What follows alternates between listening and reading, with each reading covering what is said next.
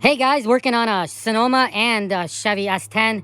We're gonna put the idler arm in this video. Let's get into it right away. Okay guys, this is super easy. So I got the car up on some boards just to make it a little tiny bit higher. So let's go underneath and I will show you what to do to get this thing off. So there it is right there. So you got two 18s there, and you have an 18 right there. Sometimes there's a cotter pin, sometimes there is not. So first you got to unscrew that 18. You just use a ratchet and a socket just like this and a long bar. You put it on and you pull and it'll just unbolt. See, there it goes, guys. Okay, so I'm gonna get the bar off and I'm gonna completely remove that nut off of there. See you guys in a minute. Okay, so there goes the nut. Now we need to separate the idler arm, right? So there it is from this. And guess what? It's actually very easy. Let me show you how to do that. So I got the new idler arm from Napa, guys. Best price, good quality, very good brand. And I got this at Canadian Tire, guys. This is a ball joint separator. This was only $16. This is what we're gonna use to separate that. Let me take it out of its box. Okay guys, here it is. So see, all we're gonna do is you put it in between here like so, see? And you whack it with a hammer, see, and that will pop it out. Okay, let me show you how that's done. Okay, ready?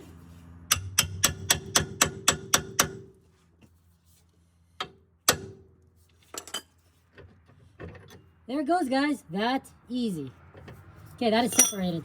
Okay, so now that we got that separated, we are gonna release these two bolts, or nuts, 18 mils with an extension. Let's unscrew both of those.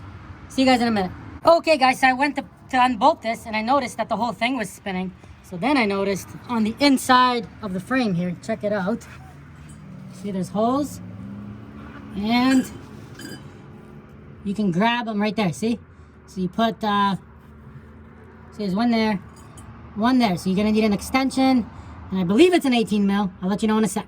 Okay, it is an 18, so I'm gonna go ahead and unscrew those now. See you guys in a minute. Okay, both of those are off, so now, check it out. So easy. See, this just comes right off, guys. Boom, there's our old idler arm. Let's put on the new one, and let's subscribe to this channel. Okay, guys, it is hard to see on camera, but if you go like this, it does have play. It moves. And this one, obviously, does not. So this one's good. Okay, let's put this on. Pretty straightforward, guys. And then I'll show you the torque specs. Okay, I got those two bolts on. I got the new one in, right?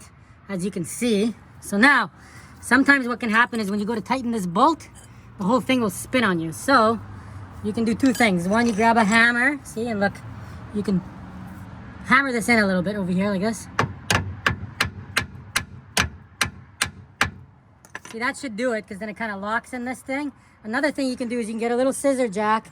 You can put it right here with a board and you kind of jack it right here. So it's pushing on that and then you spin it. So I'm going to try tightening that bolt, and if it starts to spin, I'm going to do the jack trick. Okay guys, that totally worked. That totally worked. So now don't forget the grease here, grease nipple right there, and the torque specs. So I'm getting the torque specs out of this really nice book here, guys. So it says here, idler arm, 94 to 95, 60 foot-pounds, 96 on, 79 foot-pounds, right? So that's idler arm to frame, that's the two bolts, and then idler arm to relay, rod, two-wheel drive, four-wheel drive, 35 or 60, guys. Make sure you subscribe for more content on these trucks and a whole bunch of other stuff. See ya.